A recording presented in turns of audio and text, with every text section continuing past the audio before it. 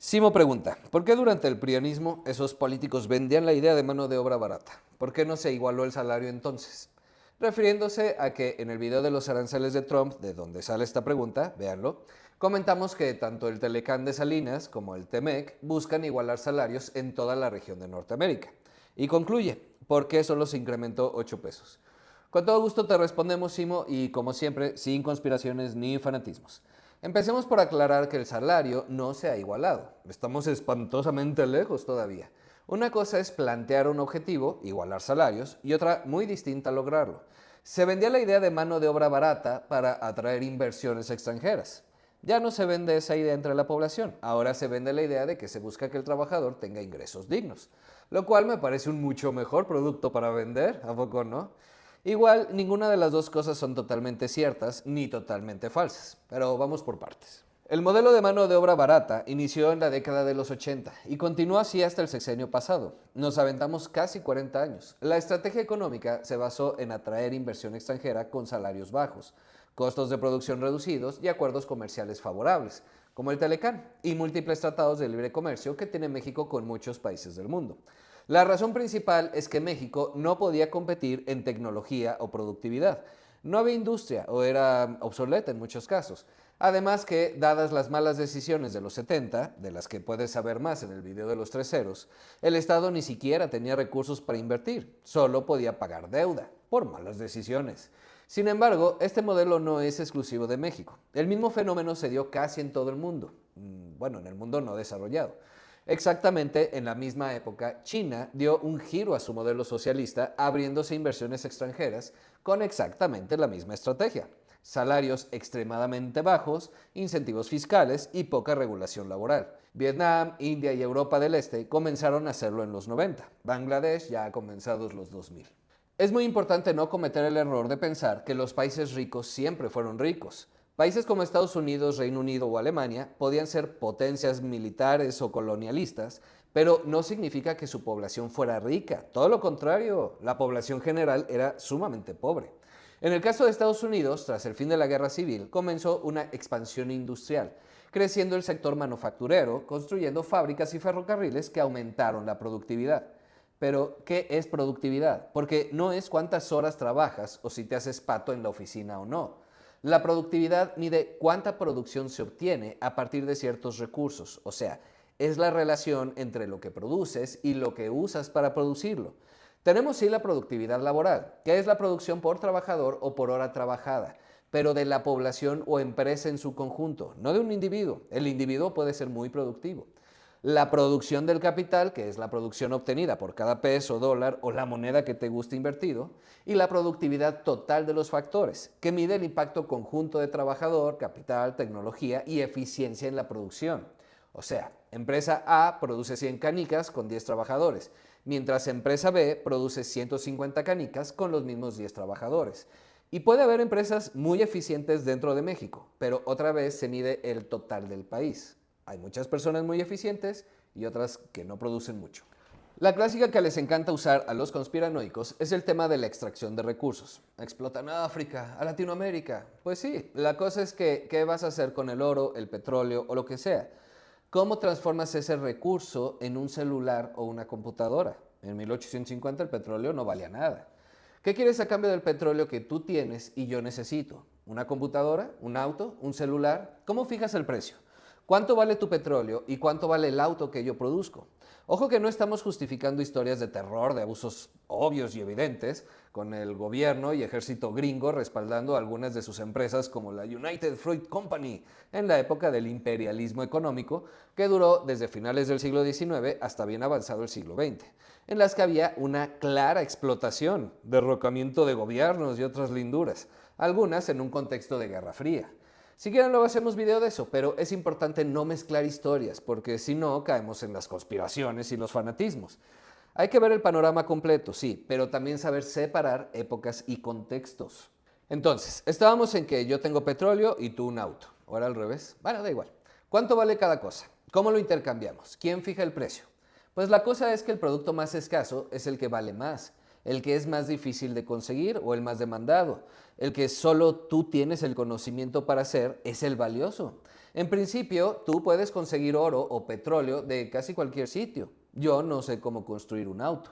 El proceso de industrialización fue muy lento. Apenas hasta los años 1900-1930 comenzaron las reformas laborales en Estados Unidos. Se redujeron las horas de trabajo y se prohibió el trabajo infantil. Se volvió obligatoria la educación y surgieron las primeras leyes de seguridad social.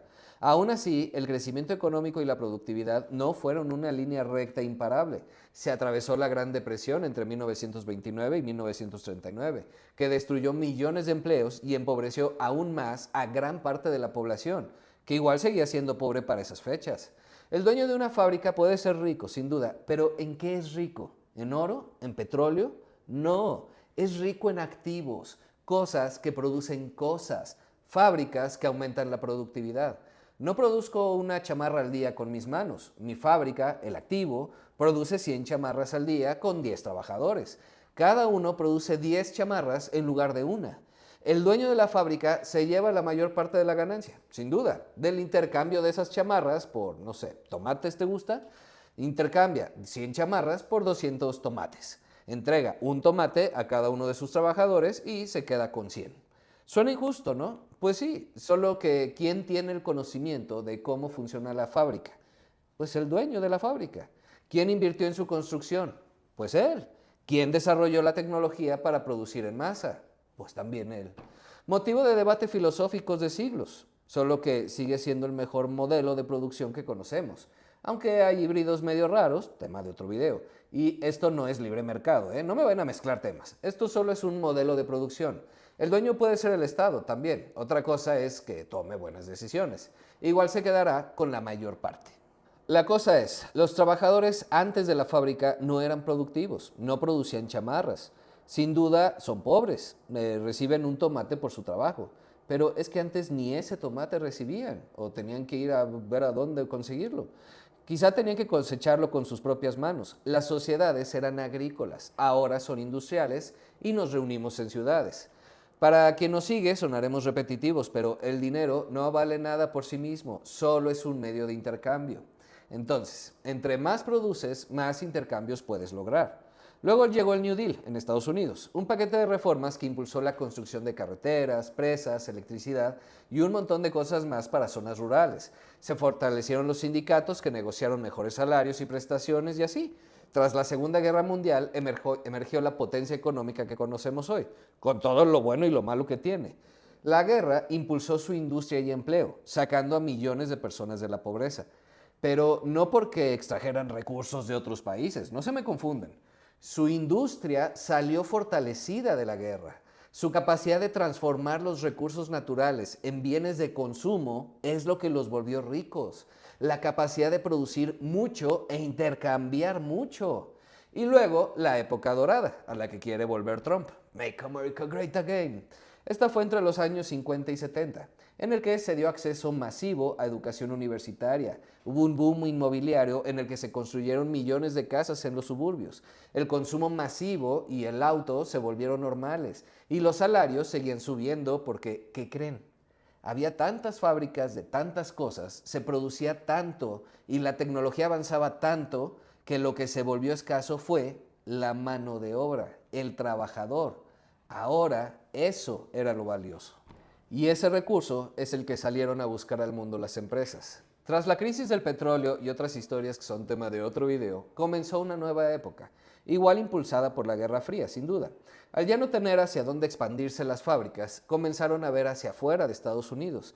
En Estados Unidos intentaron bajar impuestos a los ricos y reducir beneficios sociales en un intento por evitar que las fábricas se fueran, pero era un poco inevitable. Entramos de lleno en la época de los 80. Como ya dijimos, China fue de los primeros en intentar atraer esas fábricas que buscaban nuevos lugares de producción para seguir creciendo.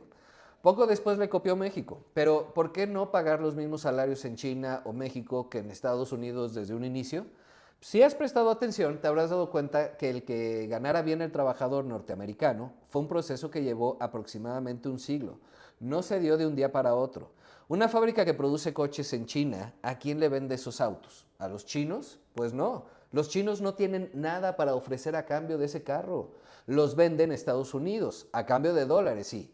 Dólares con los que China puede comprar alimentos, educación y salud.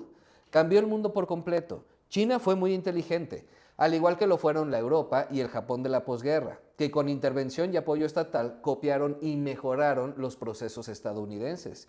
China copió y mejoró el estadounidense, el europeo y el japonés. Cada uno de ellos fue perfeccionando y acelerando los procesos, de tal forma que lo que a Estados Unidos le llevó 100 años, a Europa y Japón solo 50, y a China solo 30. Aunque China partió de mucho más abajo que México, sin duda entendió de qué se trataba, a diferencia de México. China, al igual que México, vendía mano de obra barata, incluso mucho más barata que México. Atrajo la mayor parte de las inversiones del mundo. Se convirtió en la fábrica del mundo. Cada vez se producían más y más cosas en China. Pero no solo atrajo fábricas, invirtió en educación y tecnología, atraía las fábricas, pero aprendía de ellas, copió tecnología y hoy ya comienza a mejorarla y a ser líder en algunas áreas como los automóviles eléctricos. Al mismo tiempo, México abarató mano de obra, pero no invirtió en educación, en salud, no construyó infraestructura. Perdimos una década completa por estafas gigantescas, malos manejos como el FOAPROA, se dio un Estado de Derecho que pues ahí lo que no hacía que fuéramos más atractivos a la inversión. Aunque no lo crean, sí existe un indicador que mide la productividad laboral, el GDP, Gross Domestic Product, mejor conocido como PIB, Producto Interno Bruto, pero medido por hora trabajada, es decir, cuánto se produce por cada hora trabajada en un país. Son promedios, otra vez, no es cuánto produces de forma individual o si te haces guay en la planta. Actualmente Estados Unidos tiene un GDP por hora trabajada de $81. Ese es el valor de lo que produce el país en una hora por individuo. En Irlanda tenemos, por ejemplo, $139, México 22 y China 20. Pero si China es potencia. Correcto, en 2015 era apenas de $11, mientras ese mismo año en México eran 23. Hemos caído o nos hemos mantenido en el mismo nivel. A pesar de comenzar muy por debajo, China crece muy rápido, pero no es potencia porque hoy sus habitantes vivan muy bien o cobren muy bien. Lo es porque es muy grande y su gobierno toma sin duda buenas decisiones. Aún faltan décadas para que iguale la calidad de vida de un norteamericano o un europeo, pero está en el camino correcto, a diferencia de México. Debemos tener este contexto claro para entender lo siguiente. A diferencia de Estados Unidos, Canadá o la propia China, donde los salarios están ligados a la productividad, en México los aumentos salariales fueron limitados para evitar presiones inflacionarias y mantener costos bajos. Estaban indexados, o sea, amarrados a la inflación. Cada año, la CONASAMI ajustaba el salario mínimo solo con base en la inflación esperada para el siguiente año. Obviamente que si no le atinaban, por ejemplo, subían el 3% y la inflación terminaba siendo 4%, pues se reflejaba en una pérdida del poder adquisitivo. ¿Pero por qué hacer esto? Pues por imbéciles, no hay otra palabra. Pensaban que así atraerían más industrias. A ver, que la idea no es mala, pero si no inviertes en educación, salud, infraestructura, quieres traer una planta pero no tienes parques industriales, quieres poner una fábrica de autos pero no tienes vías férreas para transportarlos, quieres fabricar chips pero tus egresados no hablan inglés, no importa cuánto congeles el salario, salvo las excepciones que conocemos, nadie vendrá a poner aquí una planta. Ya para 2016 se reformó la ley que indexaba el salario mínimo a las multas. Ojo también con esto, porque luego les encanta que, solo San AMLO. No, desde el 2016. ¿Se acuerdan que siempre estaban en cosas como multa de 3 VSM, o sea, veces el salario mínimo? Pues ya no, se creó la UMA, Unidad de Medida y Actualización, que se actualiza con la inflación para multas, créditos y otras cosas, y se permite al salario mínimo flotar con la productividad. No es propiamente que este gobierno haya subido el salario. En realidad, lo único que está haciendo es actualizar el retraso de al menos un par de décadas que traemos. Pero no nos vayamos con la finta, esto tiene un límite, porque una cosa es actualizar y otra muy distinta subir. Para subir hay que producir. Vean esta gráfica. En 1991 nuestra productividad era de casi $20. Cayó por supuesto con la crisis del 95, para ubicarse en los 20, 50 año con año a partir del 98. Somos más productivos, sin duda, pero también la población crece, por lo que en realidad lo que estamos haciendo es producir más, pero no alcanza para lo mismo, porque somos más. Es como que ayer producíamos 3 manzanas y las repartíamos entre 3. Hoy producimos 6, pero las repartimos entre 6. No ha cambiado. Pero lo más alarmante es esto. Vean lo que ocurre desde 2019. Uno esperaría una caída por la pandemia. La cosa es que después no se recuperó. Seguimos produciendo 6 manzanas, pero ya somos 7. Hoy el gobierno la tiene más fácil. Hace 20 o 30 años se competía con China para ver quién atraía las inversiones. Obviamente China nos ganó de calle. Y hoy ya no hay competencia. La propia China está comenzando a exportar fábricas y quieren ponerse en México. Fábricas chinas, francesas, alemanas, gringas, coreanas. Todo el mundo está volteando a ver a México y se queda pensando, ya güey, ¿ya estás listo? ¿O es neta? ¿Sigues sin enseñar inglés en los CONALEPs? ¿Sigues sin combatir la informalidad? ¿Quitaste un sistema de justicia pitero para poner otro peor? ¿A qué hora vas a mejorar tu calidad educativa? ¿Es neta que les estás dando 1,000 pesos a los chavos en lugar de alimentos saludables y profesores de calidad en sus escuelas? ¿Es neta que te estás gastando todo el varo en ayudas sociales en personas que no las necesitan en lugar de construir infraestructura? ¿Es neta que te aventaste una refinería y un tren gastando todos tus recursos cuando pudimos haberlo hecho entre los dos mientras tú aprendías de nuestra tecnología y usabas esos recursos para mejorar tu sistema de salud, por ejemplo? A ver, que alguna inversión caerá, como hasta ahora han caído por milagro y obra del Espíritu Santo, pero no en la cantidad que se requieren. Sin duda el país progresará, lentamente como hasta ahora. Veremos cómo otros países nos rebasan, como ya nos rebasaron China, Corea o Singapur. Creo ya hasta El Salvador. Nosotros rebasamos a España. No, otra vez mezclas peras con manzanas y marketing político. Sí, la economía mexicana es más grande que la española, pero por muy poco, siendo casi el triple de habitantes. No hay punto de comparación en la calidad de vida, ni en la riqueza de las personas, ni en seguridad, ni en infraestructura. E igual España tampoco es ningún ejemplo a seguir, pero bueno, dale. En fin, México es un país rico, pero no su población, como lo era Estados Unidos hace 100 años. Celebramos que al menos una estupidez como la indexación de los salarios a la inflación se haya eliminado. Celebramos que si alguien requiere un apoyo lo reciba y hasta celebramos que el pueblo se sienta identificado con su gobierno.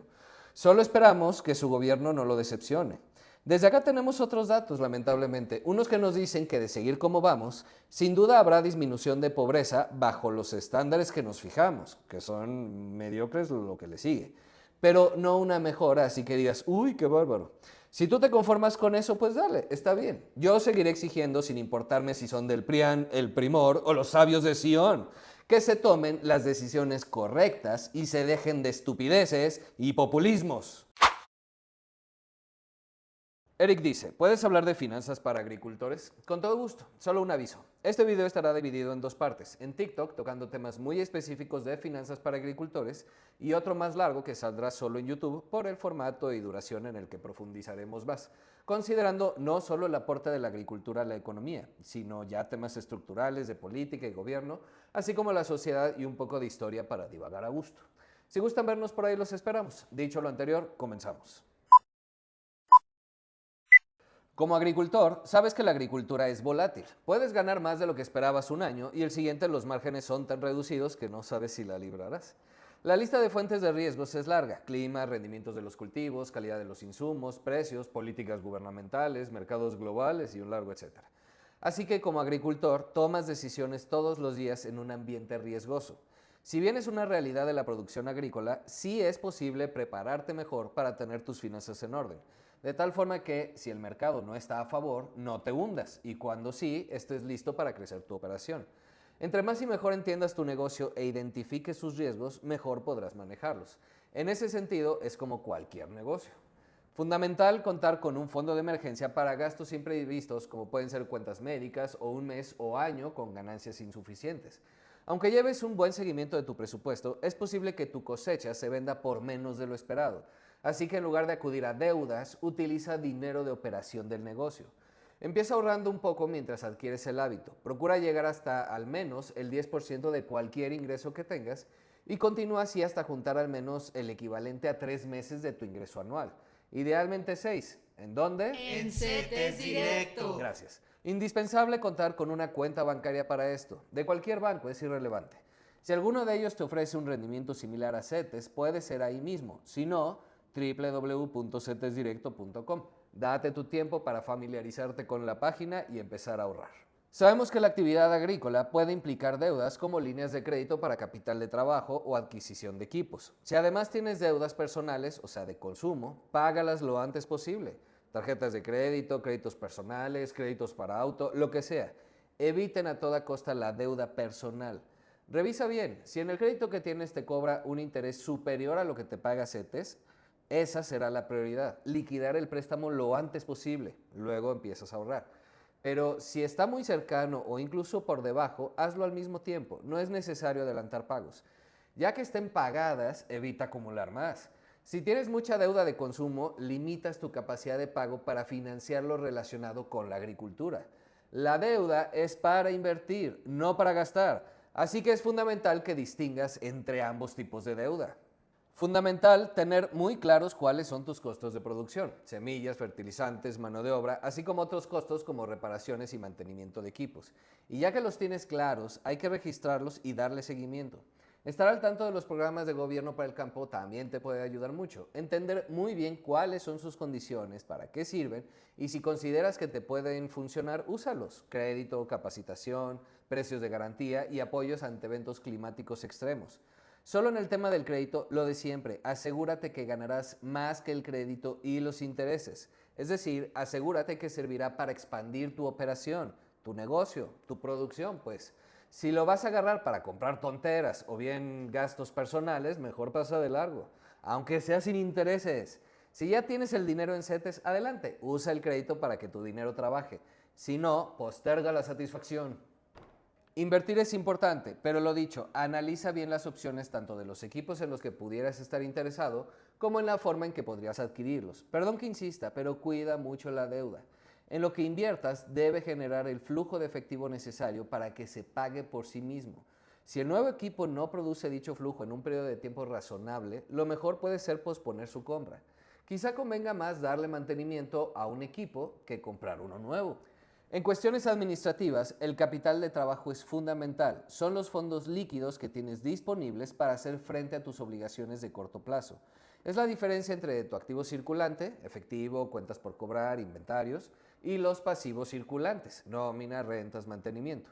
El capital de trabajo puede ser usado para pagar préstamos y la operación del negocio, desde combustible hasta fertilizante y hasta la nómina.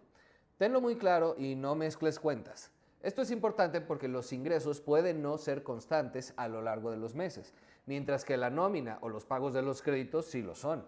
Si tienes bien identificado cómo son las entradas y salidas de tu negocio, puedes identificar si hay momentos donde te quedes corto de liquidez y tomar medidas. No le tengan miedo a los números, y menos que les dé flojera hacerlos. Son necesarios o las decisiones se toman a ciegas. Quizá tu instinto te ha llevado algunas veces a buenas decisiones, pero con una que te falle, adiós. Sobre todo, considera que estás a expensas de cosas que no dependen de ti. La tecnología es una aliada, úsala. Banca en línea para llevar tus registros, inventarios, reportes de las cosechas, GPS, pagos automáticos de nóminas y hasta seguridad. Explora qué hay y qué te puede funcionar para ser más eficiente o proteger tu inversión. Algo muy importante, considera todos los tipos de seguros. Un seguro agrícola para proteger tus cultivos puede representar un esfuerzo importante, pero te cubre daños por incendios, granizos, sequías, inundación. Contempla opciones, vas a cubrir tus pérdidas. Y también, si te es posible, un seguro de gastos médicos y un seguro de vida para proteger a tu familia. De preferencia que incluya seguro por invalidez. Que te lo den o no depende más del riesgo al que estás expuesto, ya lo verás en su momento. Mira muchas opciones antes de decidir, eso sí. También necesitas planificar tu jubilación. No es tan buena idea tener todo tu patrimonio en activos agrícolas, pensando que eventualmente venderás la tierra o los activos cuando quieras jubilarte, o dependerás de alguien más, y ya ves que los hijos luego, pues bueno, mejor tenerlo y no necesitarlo que necesitarlo y no tenerlo. Busca opciones que se ajusten a tus necesidades y preferencias. Entonces, divide tus cuentas. Principalmente separa muy bien lo personal del trabajo. Del lado de lo personal, vamos a tener una cajita de ahorro de corto plazo, que puede estar en CETES o algo similar. Y vas a continuar ahorrando ahí para gastos personales costosos que quieras hacer también, como puede ser unas salas de cuenta. Cuando ya lo tengas, tu ahorro de emergencia, diversifica para retiro o compras de largo plazo también como una casa. Ve viendo opciones. En otra, tus gastos personales de todos los días. Considera lo suficiente acorde a la frecuencia de tus ingresos y no te pases. Si presupuestaste 10 pesos para un mes, a ver cómo sobrevives con 10 pesos, pero no te puedes pasar.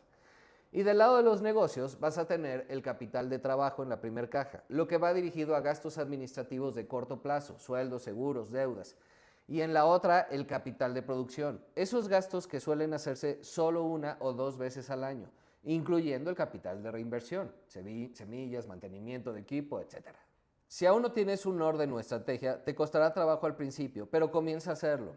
Con lo próximo que te caiga, intenta dividirlo y poco a poco irás perfeccionando y aprendiendo lo que te resultó y lo que no. Y si te es posible, diversifica tu ingreso, o sea, añade una fuente distinta de ingreso para tener mayor estabilidad financiera. Ese ingreso adicional incluso puede servirte para tus ahorros o lo que quieras. Un ingreso adicional puede venir de rentar tu maquinaria cuando no la usas, de rentar espacios de almacenamiento, incluso de actividades relacionadas con el turismo. Sé creativo. O averigua qué necesidad hay en tu localidad, qué necesitan las personas. Finalmente, busca mejorar tu conocimiento, habilidades y destrezas tanto agrícolas como financieras. Asiste a seminarios organizados, toma clases de marketing, inscríbete en cursos sobre nuevas prácticas agrícolas y habla con expertos sobre las últimas investigaciones. Como regla general, los buenos son gratis, tampoco te metes a cualquier curso chafa. Por ejemplo, evita depender de un solo cultivo, agrega valor a tus productos. Quizá puedas pensar en procesar y vender productos derivados que aumenten tus márgenes, o explorar mercados alternativos como agricultura orgánica, exportación o venta directa al consumidor. Si no estás formalizado, hazlo, regístrate en Hacienda, te facilitará acceso a financiamiento y te permitirá emitir facturas para clientes grandes, más y mejores créditos para lo que se te ocurra, pero después de planear bien.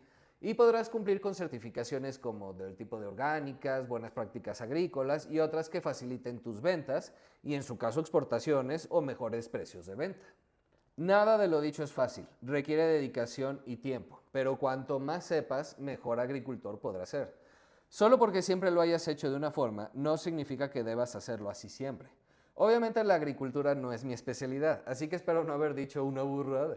Pero estoy seguro que algo de lo dicho te puede servir. Eso sí, ninguna decisión la tomes a la ligera. Ve muchas opciones antes de elegir, pero tampoco lo postergues. Ponte plazos muy específicos. Así que planifica muy bien, un paso a la vez, sin prisa, pero sin hacerte güey. Saúl dice, se te cayó el pelo de coraje y todavía dices que no es verdad y te ofendes cuando te doy datos reales. ¿Ofendido yo? Sí. Ridículos, no le den cuerda. Lo que sí es que en este canal nos tomamos muy en serio lo de informar sin conspiraciones ni fanatismos y también hacerlo usando datos y no solo con base en nuestras opiniones estomacales a partir de nuestras filias y fobias. Algo que tienes que saber, mi querido Saúl y todo el mundo, es que no porque se critique a A significa que se prefiera a B. Grábenselo en la cabezota. Y los datos que usamos son de fuentes serias, o sea, especializadas en generar esa información. No andamos inventando. Nuestro querido amigo Saúl, muy preocupado por ofenderme, en el video de mano de obra barata, nos compartió una liga a un comunicado del gobierno que anunciaba que México registra cifra histórica de inversión extranjera directa al cierre de 2023, con más de 36 mil millones de dólares, del 14 de febrero de 2024. Esto para decir que estábamos mintiendo al decir que en el sexenio de AMLO sí llegó inversión, pero de chiripa, nada espectacular, y que además la mayoría han sido reinversión de utilidades y no inversión nueva. Bueno, eso no lo dije, pero lo pensé, porque así es, no hay casi inversión nueva, es reinversión de empresas que ya están aquí. De hecho, en el mismo comunicado, un poquito más abajo del título dice, cifra récord en la reinversión de utilidades, debido a la confianza de los inversionistas extranjeros en el país. Ajá. Eso no lo leíste, mi querido Saúl, ¿o sí? Luego, en la gráfica, en las notas, dice que 2023 es preliminar. Ojo, hay que decir cuando un dato es definitivo o preliminar. El gobierno no está mintiendo ni media palabra en su comunicado, pero está usando marketing, ya saben, buscando las palabras adecuadas para que se oiga bonito y acomodándolas. ¿Esta maña es exclusiva del Primor? Pues por supuesto que no. Esto lo hacen todos los gobiernos del mundo, de todos los colores y sabores. ¿Pero qué digo gobiernos? Empresas y hasta personas. Tú cuando te estás ligando a tu tóxica también lo haces y tu tóxica la aplica contigo. Quizá no vaya a haber grandes diferencias entre uno y otro, pero como no sabemos, hay que decirlo, es preliminar. En las gráficas que ponemos en el canal, si un año es preliminar, le ponemos por ejemplo 2024, O lo digo directamente. Y otro detalle, la inversión extranjera directa de 2022 incluye una operación importante, la fusión de Televisa con Univisión y la reestructura de Aeroméxico, a la que entraron socios como Delta Airlines, Apollo Global Management, entre otros. Esto es relevante porque en el mismo comunicado se tomaron la molestia de restar esta fusión, para que a 2013 pudieran restarle la adquisición de Grupo Modelo por parte de InBev. Esto era necesario para parecer justos y razonables, porque si dejaban esa adquisición, pues resulta que en 2013 tenemos un récord histórico de 48.300 millones. Difícil de romper en muchos años. Y por supuesto que el PRI se encargó de cacarear por todos lados. ¿Es malo? Pues no, es marketing político. Y hasta le pusieron barritas amarillas de otro color como para despistar y no nos diéramos cuenta que ya está arrestado. Ah, sí son creativos los muchachos. Y así es toda la serie de ese comunicado. A todos los años le restaron ese tipo de adquisiciones, para que ese año pudiera quedar en primer lugar. Detalles aparte, le concedemos al 2023 haber roto el récord de inversión si quieres. En realidad es irrelevante. Las diferencias son mínimas. Mejor grafiquemos lo mismo, pero desagregando por fuente de la inversión extranjera directa. A ver qué pasa. Para empezar, si sumamos, por ejemplo, 2007 a 2012, 2013 a 2018 y luego 2019 a 2023, pues resulta que con Borolas fueron 154.340 millones de dólares, con el copetón 213.958 y nuevamente con el preliminar, pero de 2024, mi querido Saúl, no me mandes información vieja, van 204.669 millones. O sea, para que AMLO supere a EPN, el cierre de 2024 tendría que haber sido espectacular, con al menos 9.279 millones más en el trimestre que falta contabilizar. Igual y sí, ya veremos, pero permítanme dudarlo. La tendencia dice lo contrario. El mejor trimestre de 2024 fue enero-marzo, con casi 27.000 millones. Suena mucho, ¿no? Nada más hay que repetirlo. Casi el triple de lo que necesita AMLO para rebasar a EPN. Pero mira cómo se comporta la inversión año con año. Siempre el primer trimestre es el más grande. Segundo y tercer trimestre de 2024 no rebasaron los 9.000 ninguno, ni siquiera sumándolos. Tampoco en 2023 ni en 2022. De hecho, ningún trimestre. Como puedes ver, las inversiones llegan o se registran a principios de año. Y tampoco encontrarás un cuarto trimestre con 9.000 millones más que 2021 y por ahí alguna otra excepción. Así que tampoco podemos cerrarnos a la posibilidad. Pero de lograrlo, pues lo dicho, por centavos. Ahora, si nos fijamos en la porción verde de la gráfica, que son las reinversiones de utilidades, en efecto, 2023 es el valor más alto, con más de 26.000 millones. Pero ya vimos que en total no es el año con la mayor inversión. Y algo que destaca en los datos es que a partir de 2019, la mayor fuente de inversión extranjera directa es reinversión de utilidades. En años anteriores, la composición estaba más balanceada. En 2024, solo 8 de cada 100 dólares de inversión fueron de inversiones nuevas. ¿Esto es bueno? Bueno, pues si quieres racionalizarlo y decir, ves, es la prueba indiscutible de que a México le va bien porque a las empresas les está yendo bien. Ternurita, por favor. Hay muchas formas de interpretar esos datos, desde aumento en las exportaciones, lo que implica crecimiento económico en Estados Unidos, no en México. Claro, nos llega algo de rebote. Aumento de las remesas, lo que tampoco es una noticia particularmente buena para México. En particular, si vemos que la migración hacia Estados Unidos aumentó este sexenio. No representa gran cosa del consumo interno ese aumento tampoco, pero suma.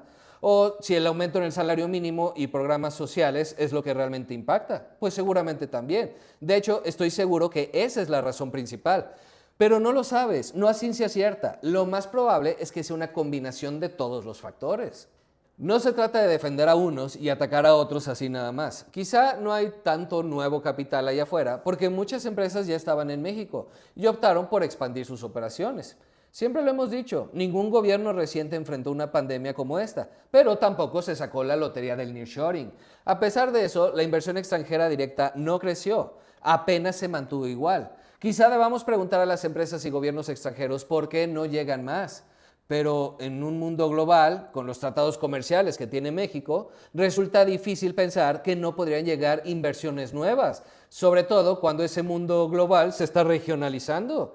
Las razones de por qué no fue así, un aumento masivo y no lo mismo, porque cabe mencionar, cada sexenio siempre crece respecto al anterior, este es el primero que con suerte empatará, e insisto, sustentado en la reinversión, no en nuevas inversiones. Pueden ser varias razones. Las que mencionamos en el video donde Saúl amablemente nos dejó su comentario, véanlo, pero también una que suele pesar mucho es la incertidumbre. Y en México ha habido muchos cambios, para bien o para mal. Pues podemos volver a discutir. Ahí tienes el video de programas sociales para que te enteres quién recibe realmente la mayor parte de las ayudas sociales. Suenan bonitos, sin duda, pero resulta que los ricos reciben más. O el video de IEPS, donde otra vez los ricos reciben mucho más subsidios. Y bueno, ni hablar de la reforma judicial. El gobierno en su discurso dice lo contrario. Seguro que sí, pero con sus propios datos bien interpretados, pues nos enteramos de lo contrario. Luego está el tema de la deuda que puedes ver en este otro video. Ahí probamos cómo megaobras y ayudas sociales se dieron con base en endeudar al país, no en que ya se acabó la corrupción y por eso alcanza la lana. Pero no nos tiramos al drama, no andamos diciendo nos convertirán en Venezuela. La deuda es impagable, se robaron nuestro dinero. Pues no, que a ver, si así fuera, así lo diríamos. O ya nos habríamos ido del país.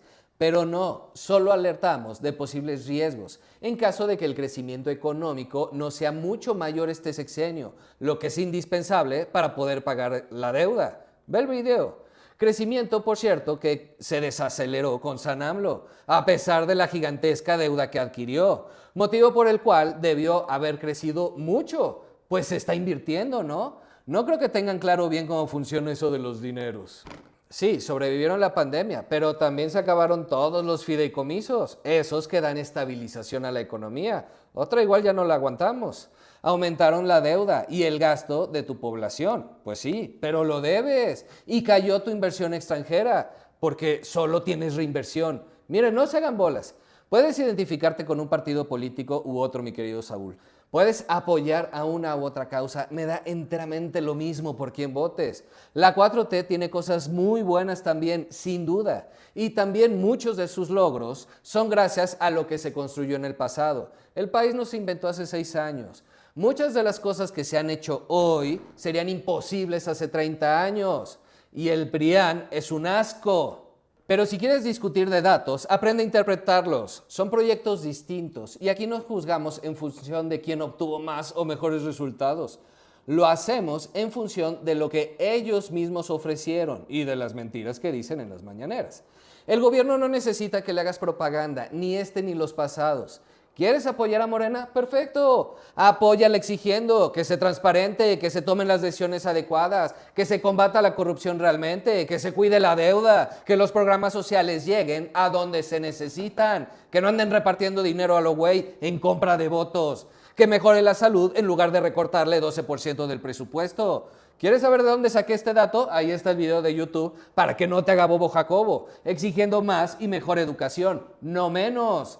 En fin. Que pelearte conmigo e insultar a quien no conoces solo porque piensa distinto a ti, defendiendo a políticos que tampoco conoces, ni conoces sus intenciones, ¿sabes qué? Mejor ocúpate de tus finanzas personales, que esas el PRIANMOR no las va a salvar.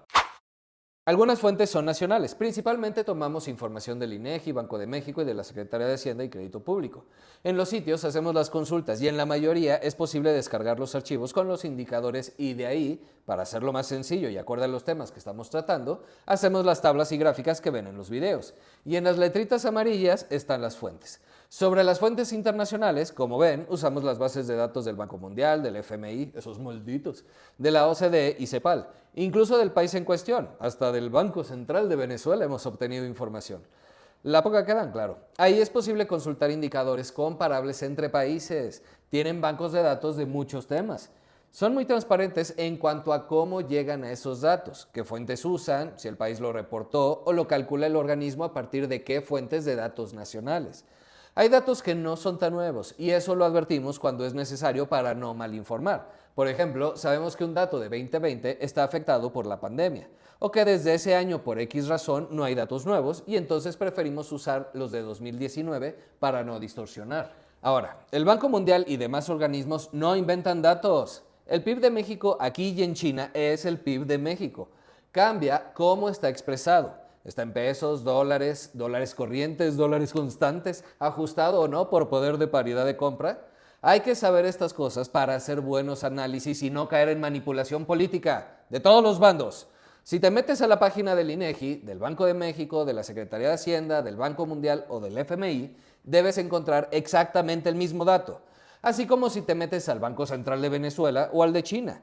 No pocas veces consultamos sitios web de agencias gubernamentales, por ejemplo, la Representación de Comercio de Estados Unidos, la Oficina de Análisis Económico también de Estados Unidos, que es como la rama económica del INEGI. Para un video consultamos los datos del Instituto Nacional de Estadística y Censos, INDEC, de Argentina. A los fanáticos de Milei no les hizo ni tantita gracia, son tan parecidos a los amantes de AMLO. Pero hay que leer la información que acompaña a los datos, las letras chiquitas. Más adelante veremos un ejemplo específico. Ahora, si quieren consultar las finanzas públicas del país, ingresos, gastos, deuda, les recomiendo que se echen un clavado al sitio Estadísticas Oportunas de Finanzas Públicas de la Secretaría de Hacienda y Crédito Público. Eso sí, hay que saber qué buscar y a qué se refieren los datos. Hay por ahí glosarios que les pueden servir. Hacienda es muy amable y transparente, sin importar si gobierna el PRIAN o el Primor o los sabios de Sion. Son recursos públicos. Luego ya cuando te metes a los desgloses por secretaría o institución y entre más específica quieras la información, comienzan los problemas. Ya saben, compran un martillo que vale 10 pesos, pero en 100 pesos. Entonces, en lugar de decir que compraron un martillo, dice gasto de mantenimiento. Pero hablando de datos macro, ningún problema. Si el SAT dice que cobró 100 pesos de impuestos, eso es lo que cobró. Y si Hacienda dice que transfirió 100 pesos a Pemex, eso transfirió. Y si dice que se endeudó 100 pesos, eso se endeudó. Además, presenta datos en millones de pesos, en porcentaje del PIB, tasas de crecimiento reales. Ojo con esto último. Si van a hacer comparaciones en el tiempo, tienen que expresar los datos en pesos del mismo año. Y ahí entra el deflactor del PIB. No es que sea ciencia espacial ni mucho menos, pero tiene su chiste. O sea, actualizar los datos por inflación. Y para hacer eso bien, requieres más información. También en el INEGI hay de todo y hay mucha información que ya está procesada. O sea, no tienes que saber usar paquetes estadísticos. Puedes usar búsquedas dinámicas o incluso los comunicados y presentaciones que resumen los principales hallazgos son muy buenos. Por favor, les ruego que me dejen comentarios del tipo el INEGI miente, son esclavos de la mafia del poder y manipulan, o la burrada que se les ocurra del estilo para hacerles un video explicándoles cómo funciona el INEGI o ese tipo de instituciones, de dónde sacan sus datos y por qué son confiables. Veamos un indicador que hemos mencionado en varios videos, la inversión extranjera directa, que es aquella que tiene como propósito crear un vínculo duradero con fines económicos y empresariales de largo plazo por parte de un inversionista extranjero en el país receptor. Es interesante darle seguimiento porque se trata de inversión que genera empleos, capta divisas e incluso puede significar la transferencia de tecnología. Está expresada en dólares de cada año, por lo tanto no necesitamos usar deflactores, o sea, ajustar por inflación. Podemos comparar entre años, podemos sumar años para comparar periodos, o sea, sexenios. Se presenta desagregada por varias características. Una de ellas es en nuevas inversiones, reinversión de utilidades y cuentas entre compañías. Así podemos saber de qué tipo de flujos se está integrando esta inversión. Las nuevas inversiones son eso, nuevas. Inversiones iniciales realizadas por personas físicas o morales extranjeras al establecerse en México, activo fijo y capital.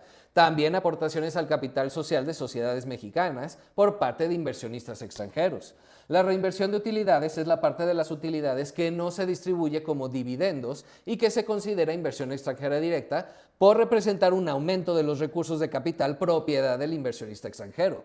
Las cuentas entre compañías son transacciones cuyo origen son deudas entre sociedades mexicanas con inversión extranjera directa en su capital social y empresas relacionadas que pertenecen a un mismo grupo corporativo en el exterior. Cada 3 meses se da a conocer la cifra de inversión extranjera directa. Puede consultarse en el Sistema de Información Económica CIE de Banco de México, donde la serie está desde 1999. También se puede consultar en la Secretaría de Economía, que tiene un apartado específico para este tema, porque genera los informes estadísticos sobre el comportamiento de la inversión extranjera directa en México, que son presentados por la Comisión Nacional de Inversiones Extranjeras, CNIE, al Congreso de la Unión trimestralmente. Las cifras tienen que cuadrar siempre. Una institución no puede tener unos datos y otra otros. Lo que sí puede cambiar es cómo la presentan. El último informe disponible es enero-septiembre de 2024. Son PDF, o sea, eso de la transparencia y acceso ciudadano, pues no se les da mucho. Pero nada que un convertidor de PDF a Excel no pueda resolver. Las tablas son desde 2006 a la fecha. Usemos esos datos.